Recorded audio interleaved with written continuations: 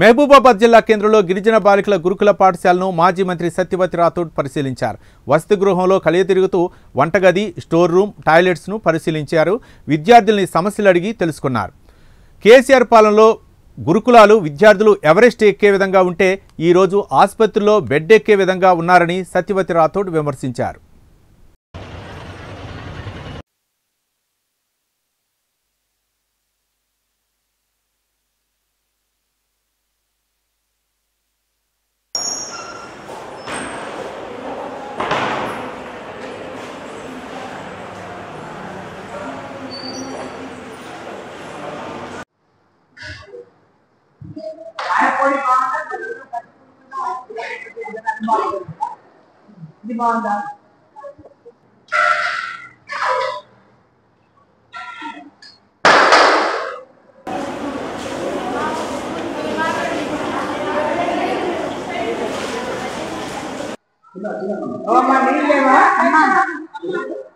మంచి కడుగు రాదు, నీళ్ళు పోసి కడుగు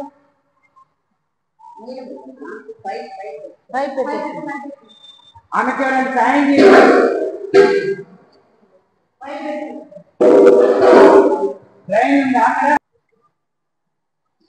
మొత్తం ఎంత ఏంటమ్మా?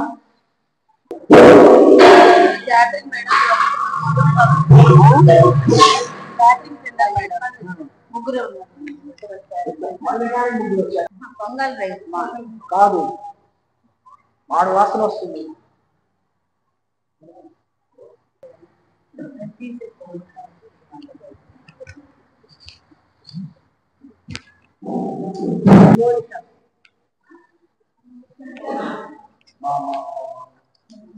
ఇదేంటమ్మా? దేనికి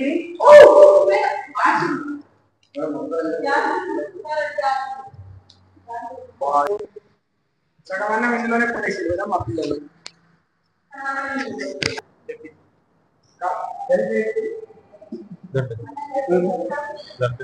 ఆవాలు జీలకర్ర కూడా వేద్దా?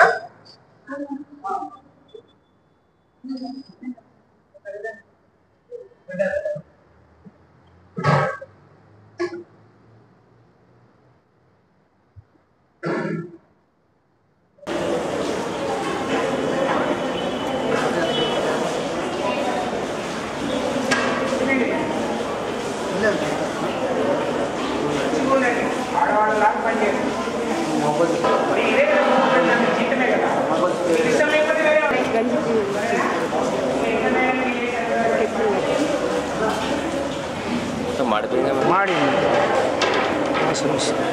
ఈ అన్నానికి కారపొడి కొని పెడతారా? అన్యాయం.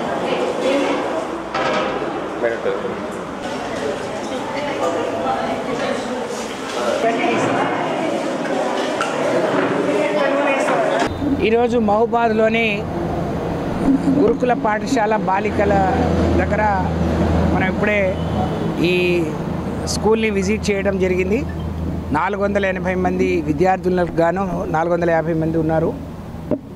నేను పొద్దునే వాళ్ళు అల్పాహారం తీసుకునే సమయానికి వచ్చాను. చాలా అధ్వానంగా, చాలా దారుణంగా ఉంది వాళ్ళ పరిస్థితి చూస్తే. మరి నేను గిరిజన సంక్షేమ శాఖ మంత్రిగా ఉన్నప్పుడు, మహిళా సంక్షేమ శాఖ మంత్రిగా ఉన్నప్పుడు మహబూబాద్ నా మరి సొంత నేను పుట్టిన గడ్డ కాబట్టి అనేక గురుకులాలు ఉన్నా, ఏకలవ్య మోడల్ రెసిడెన్షియల్ స్కూల్స్ ఉన్నా, కస్తూర్బా గాంధీ స్కూల్స్ ఉన్నా, ఒక ఇంటిగ్రేటెడ్ బాలికల గురుకుల పాఠశాల తీసుకురావాలని, అది మరి కేజీ నుంచి పీజీ విద్య అందులో బోధించే విధంగా ఒకేసారి గురుకుల పాఠశాలను మంజూరు చేయడం కావచ్చు, దానికి కావలసిన మొత్తం స్టాఫ్ని, అలాగే 12 కోట్లతో బిల్డింగ్ని కూడా ఆ రోజు నేను శాంక్షన్ చేయడం జరిగింది. 2 ఏళ్ళు గడిచిపోయింది. ఇప్పుడు 3వ సంవత్సరం, 3వ బ్యాచ్ ఇప్పుడు మరి రన్ అవుతూ ఉంది. ఇంకా ఈ అద్దె భవనంలోనే నడిపిస్తున్నారు. విద్యార్థులను చూస్తే చాలా జాలి, బాధ మరి కనిపిస్తూ ఉంది. ఈ రాష్ట్రంలో రేవంత్ రెడ్డి గారి పాలన మరి కొనసాగుతున్నప్పటి నుంచి అనేక మంది గురుకుల పాఠశాల విద్యార్థులు చనిపోయారు. అనేక మంది విద్యార్థులు రోడ్డెక్కి సొంతంగా కలెక్టర్లకు విన్నవించుకోవడానికి పాదయాత్ర చేస్తూ ఉన్నారు. అనేక మంది విద్యార్థులు కల్తీ ఆహారం తిని హాస్పిటల్ పాలైనరు.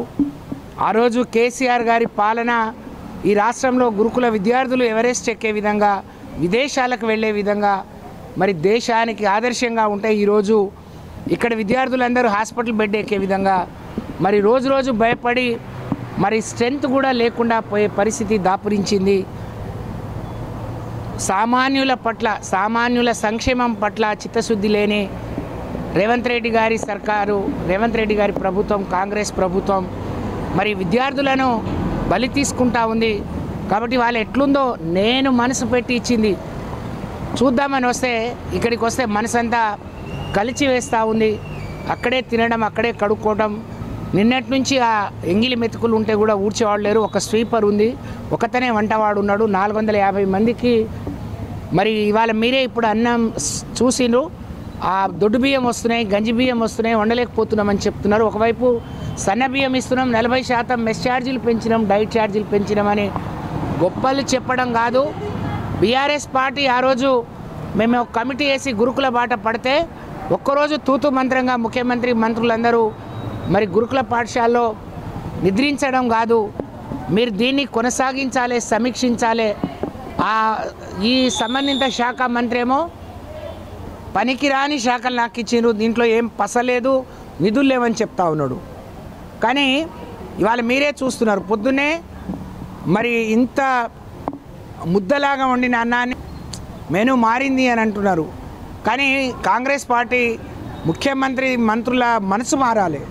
మీరు కూడా మనసు పెట్టి మీ పిల్లలైతే ఎట్లా పెడతారో, ఇన్ని లక్షల మంది విద్యార్థులు ప్రభుత్వాన్ని నమ్ముకొని పాఠశాలలకు వస్తే ఇలాంటి దుస్థితి ఉండడం శోచనీయం, దుర్మార్గం. తెలంగాణ ఏర్పడే వరకు 273 గురుకులాలు ఉంటే కేసీఆర్ గురుకుల విద్య పేదవాళ్లకు మరి ఒక గొప్ప గౌరవాన్ని ఇస్తుంది, ఒక మంచి విద్యని ఇస్తుందని భావించి 1018 గురుకులాలని స్థాపించి మరి చక్కటి బోధనతో పాటు చక్కటి భోజనాన్ని ఆ రోజు పెట్టాం. కానీ మేము గొప్పగా చెప్పుకున్నాం, కేసీఆర్ గారి మనోడు ఏది తింటున్నాడో గురుకుల విద్యార్థులు అదే తింటున్నారని. కానీ వాళ్ళ దుర్మార్గం. మరి నిజంగా ఇటువంటి బియ్యాన్ని, ఇటువంటి అన్నాన్ని, ఈ మెనూని ఇంకెవరు తినలేరు. సమీక్ష లేదు, పట్టించుకునే నాదుడు లేడు. కాబట్టి నేను కలెక్టర్ గారికి ఇప్పుడే విజ్ఞప్తి చేస్తాను, కాంట్రాక్టర్లకు. మరి ఇంత చిన్న భవనంలో ఆ రోజు సంవత్సరం కోసమనే మొదలుపెట్టాం, కానీ 3 సంవత్సరాలు కావస్తుంది. నేను 12 కోట్ల రూపాయలతో వేసిన శిలాఫలకం ఇప్పటికీ పిల్లర్లు కూడా లేవలేదు. 8 ఎకరాల జాగనిచ్చి అక్కడ విద్యార్థినులు కాబట్టి భవిష్యత్తులో దాంట్లో మరి MBA వరకు తీసుకెళ్లాలని, KG నుంచి PG వరకు తీసుకెళ్లాలని చేసిన ప్రయత్నం వృధా అయిపోయింది. వాళ్ళ పిల్లలు ఇంత అవస్థ పడటం చాలా శోచనీయం, దుర్మార్గం. ఇప్పుడే RCO గారితో, ప్రిన్సిపాల్తో మాట్లాడాను. ఎవరో ఇంకా కూరగాయలు రాలేదు. ఈరోజు వండుకునే కూరగాయలు నర్సంపేట నుంచి వస్తాయి. మాన్కోట్లో కూరగాయలు లేనట్టు నర్సంపేట నుంచి వస్తాయట. ఆ బియ్యం ఇచ్చేవాడు నాకు ఈ నెలే అయిపోయింది, జూలై, నేను ఇప్పుడు ఏదో మీకు నా దయతోని పెడుతున్నాను మాట్లాడుతున్నాడు. ఎప్పుడు టెండర్లు పిలవాలి, ఎవరికి ఇవ్వాలి, దాని మీద సమీక్ష ఎవరు చేయాలనేది సోయి లేకుండా ఈ ప్రభుత్వం ప్రజా ప్రభుత్వం కాదు, కేవలం కమిషన్ల ప్రభుత్వం, పర్సెంటేజ్ల ప్రభుత్వం నడుస్తుంది.